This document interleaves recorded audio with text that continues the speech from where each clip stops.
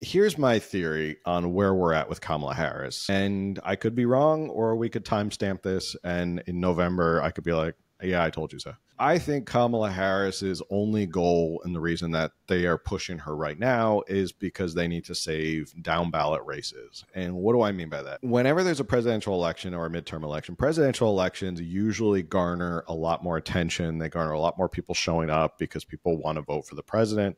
Midterm elections, not so much. It's hard to get a lot of people out. It's all about get out the vote. I think that Democrats were looking at the writing on the wall. Parties look not just like this year's election. They look at like 2 years, 4 years, 8 years. They look at like years and big election cycles. I think the Democrats probably saw with Joe Biden, they said, well, he's probably going to lose to Trump. And they were probably fine with that. And they probably said, whatever, we'll get 4 more years of Trump. It's not a big deal. Like, we can weather 4 more years of Trump. We'll fundraise the hell out of it because people hate Trump, and the media will lambast them, and it'll be good for Democrats. I don't think behind the scenes, big, powerful brokers like Obama and like Pelosi, who we know Pelosi, think what you will of her. She's held on to power, and she's been a very powerful figure for a long time in Congress.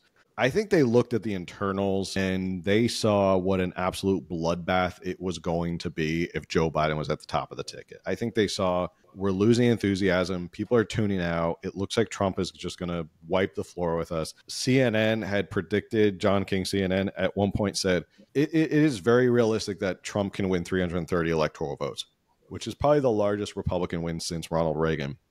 And that translates to down ballot races. So that means senators, congressmen, the House of Representatives. It means state legislatures. It means city councils. And this stuff has an effect throughout the country. As Democrats or as a party, you kind of have to look at just the whole picture. You can't let your whole party suffer an enormous loss. So I think they saw those internals, and that's when they started to hit the panic button and go, crap. Like, we're going to get slaughtered, and Trump is going to have large majority in both chambers of Congress. And like I said, they could probably deal with the fact that Trump would be in office for 4 years. Maybe they can hamstring him. Maybe they can take back Congress in 2 years. Like, if it's a split house or maybe it's a small majority, they could work with that. What they can't stomach is the idea of Trump having large majorities in both the House and the Senate, because then he could just be able to get all of his stuff rubber stamped. He'll probably get 2 more Supreme Court picks. Thomas might step down and retire. Alito's 70, so he might step down and retire. He can appoint another 40 or 50-year-old judge, ensuring a conservative majority for the next 30 to 40 years. That's what I don't think Democrats could stomach, like that kind of absolute overwhelming win where Trump could just do whatever he wanted.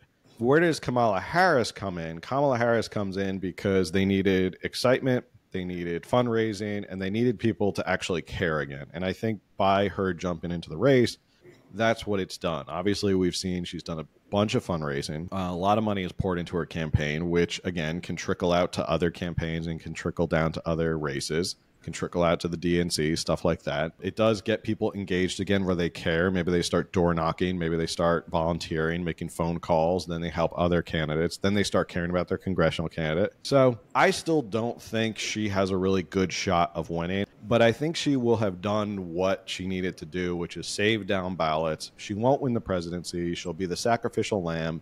They get to say, oh, we nominated the first female of color because that matters in Democratic politics. It's always the first, the most progressive. A lot of Democratic voters will then get to be like, I voted for the first female woman of color or female presidential candidate of color.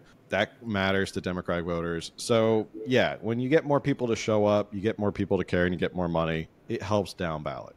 That's my theory generally, is that they probably know at this point it's too late to stop Donald Trump. He'll win, but he won't win by as much, and he won't have the congressional support he's looking for. That's my theory.